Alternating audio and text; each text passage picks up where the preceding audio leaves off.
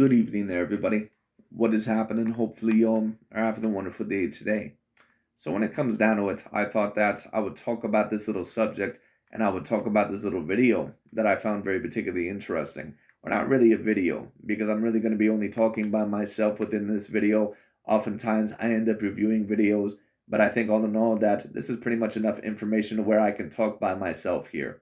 But anyways, overall, I do apologize for me not posting quite as many videos as of late.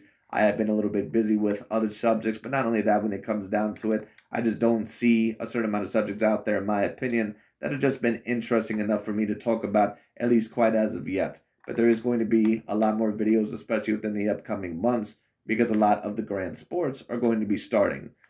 Especially when we talk about the NFL, a lot of bigger boxing fights are going to be happening. You have Canelo Alvarez that is going to be fighting. You have Anthony Joshua versus Alexander Usyk, the rematch. You have a few others that maybe overall I'm not thinking of right now. And then maybe a few others. NBA basketball, of course, I believe always starts up at around October, somewhere around there. So there is going to be a lot of talk overall from me with certain sports. But I thought that this topic was particularly interesting. And of course, for those of you that have not heard the news, Mr. Dmitry Bivol, who of course overall got the biggest win of his career in his last fight against Mr. Saul Canelo Alvarez, he is now scheduled, or overall at least ordered from the WBA, to fight Mr. Gilberto Zurdo Ramirez. And I believe, to be quite honest with you, that this is probably one of the better or one of the greater fights out there that could potentially happen. Gilberto Zurdo Ramirez, of course, for those of you that don't know, I believe that he is a former champion. He was a very talented super middleweight fighter, and he still is a very talented, fighter. But now he has moved up to light heavyweight, where, to be honest with you, he probably always should have been there in the first place with his size. But Mr. Dmitry Bivol, of course, in his last fight, ended up getting a very dominant victory, or at least in certain circumstances, over Mr. Saul Canelo Alvarez, who I had as my former undisputed number one pound for pound fighter. And if Canelo is somehow able to get his revenge over Dmitry Bivol, could he maybe regain that number one pound for pound spot? We'll see. I'll have to see overall what other fighters do. But the bottom line is this: Dmitry Bivol and Gilberto Ramirez, that is a fantastic fight. And not only is it a fantastic fight between Mr. overall Dmitry Bivol and Gilberto Ramirez, but whoever the winner is of that fight, there is a very decent chance that they could potentially get a fight with Mr. Saul Canelo Alvarez. Whoever the winner is of that fight, if this fight does happen, which I really hope that it does. And if I had to predict, more than likely, I would say that it probably is going to happen. I would give it a 65 to 75% chance since the WBA has ordered it. But we'll see overall what happens. And I believe that both Dmitry Bivol and Gilberto Ramirez, that they're both on DAZN or DAZN, whatever you want to say, whatever you want to call it. But I think that this would be a fantastic fight. If you're going to ask me overall, who do I believe would win this fight, just overall off of an early prediction, of course, I always give my more in-depth predictions when the fight is about to happen. But I more than likely would probably predict Mr. Dmitry Bivol to win the fight. However, what I will say is this: Mr. Gilberto Ramirez might be a little bit of a different monster to face than that of even a Saul Canelo Alvarez. And the reason why I say that is because, in my opinion, Mr. Saul Canelo Alvarez, I do not think that he was necessarily at his best in that Dmitry Bivol fight. And some people may say, oh, well, you're just making excuses, you're doing this. Well, it's not necessarily me trying to make excuses, but the way that I seen Canelo Alvarez in that fight when it came down to it, to me it looked like Anthony Joshua against Andy Ruiz Jr. in the first fight. It looked like Conor McGregor against Nate Diaz in the first fight, or maybe a certain amount of other fighters that did not necessarily take their opponent quite as seriously as what they should have in the first fight, or overall maybe just did not have as good of a game plan. I'm not going to say that Canelo did not take Dmitry Bivol quite as seriously, but I will say this: maybe Canelo Alvarez underestimated the bulk in weight that he obviously sustained in that fight. And on top of that, I believe that he may have underestimated Dmitry Bivol's not only power, but also underestimated his skill set. Because Dmitry Bivol fought the perfect fight against Canelo Alvarez in that fight. Now, in my opinion, had Canelo Alvarez had a full gas tank, would he have probably won the fight? Probably, but overall, that is a little bit of speculation and a hypothetical.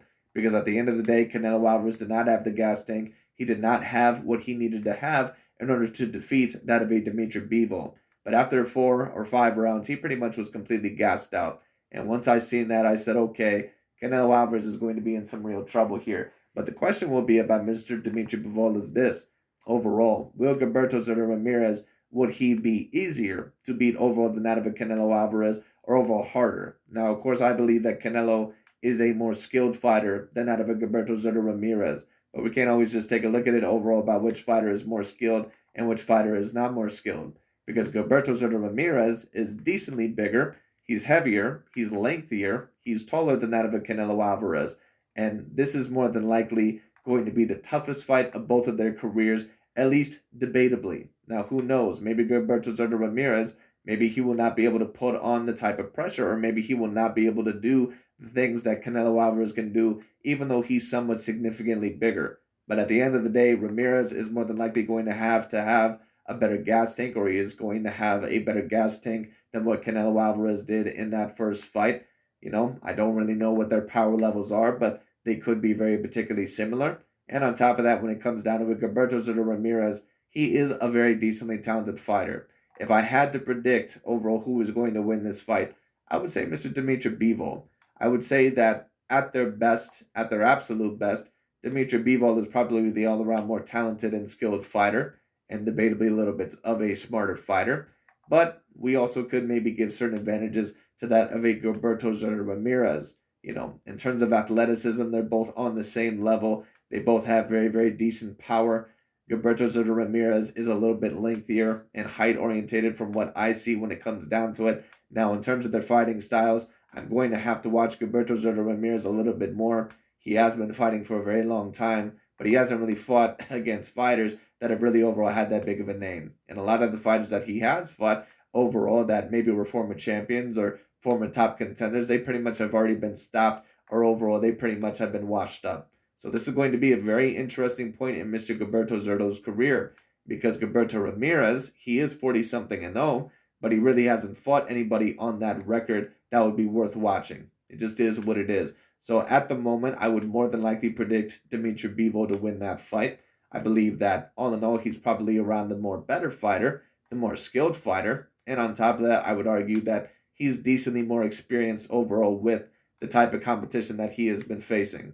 And that's why also, especially when I review some of these channels, when they talk about certain fighters like a Vasily Lomachenko, or they talk about a fighter, there are certain guys that will talk about a Guillermo Rigondeaux.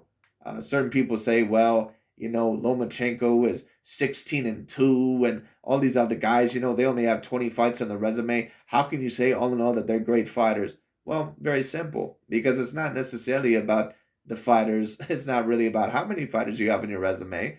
It's about overall, well, it's not only about how many fighters you have in your resume. Let me explain. It's also about who you have fought on your resume. And that is the main thing. That is mainly what resume is. All right. Your resume overall is basically about what type of level of competition have you fought. And when we take a look at Dmitry Bivol's resume, it is definitely better than Gilberto Ramirez's resume. And it's really not even that close. Dmitry Bivol has defeated former champions like a Jean Pascal. He defeated Joe Smith Jr. I believe that there might even be another one in there. And of course, he ended up defeating Canelo Alvarez. I'm not even quite sure if Dmitry Bivol has 20 total fights on his resume. Gilberto Ramirez is 44-0, I believe, and the greatest win of his career is Mr. Arthur Abraham. So the next time overall I hear an argument overall about, oh, well, that's insulting to have a fighter with only 16 fights or not even 20 fights above these guys, well, we must understand something. What is their resume?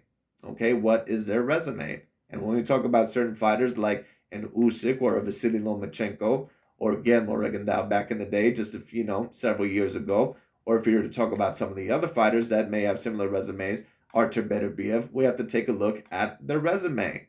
Okay, so it just is what it is, because not every fighter that has a resume that is 30 or 40-something fights long overall has that great of a resume. Adrian Broner has 30-something wins in his career. He has 0 A-grade wins. Mikey Garcia has 40-something wins in his career. He has 0 A-grade wins. Okay? So we have to judge the resume. We can't always judge about how long a record is, but it's going to be very particularly interesting. But anyways, I do hope that this fight happens. I think that it will be a very particularly interesting fight. And I believe, since more than likely Canelo Alvarez is going to beat Gennady Triple G Golovkin, that he more than likely will face the winner of this fight. And overall, who do I believe that the zone wants to win? Well, really, to be honest with you, I don't really think that it matters to them, because if Canelo Alvarez if he ends up overall facing Dmitry Bivol in a rematch, that more than likely is going to get a decent amount of numbers because, people are going to wonder overall who is going to win that. And let me tell you something. Even if the best version of Canelo Alvarez shows up against Dmitry Bivol in the rematch, there's still a chance that he may not be able to beat Dmitry Bivol. And if Dmitry Bivol, even if the best version of him shows up, overall, if the best version of Canelo shows up that makes adjustments, he may not be able to beat Canelo. So that's a very interesting fight. And then, of course, we have Gilberto Ramirez. If we were to have a Canelo versus Gilberto Ramirez fight, that would be a very particularly interesting fight because they're both Mexican fighters when it comes down to it. One is undefeated, and one was looked at as the former number one pound-for-pound fighter, and is still probably hands down the biggest superstar in all of boxing. So really, either way, this is going to be very interesting on how this is going to play out. But it's going to be very particularly interesting. And then, of course, you have Mr. Artur Beterbiev, who could be waiting in the wing as well. So we'll see what happens. But anyways, that's really about it for today. Thank you so much for watching. I'm very excited for this potential fight to happen, and we'll see what happens.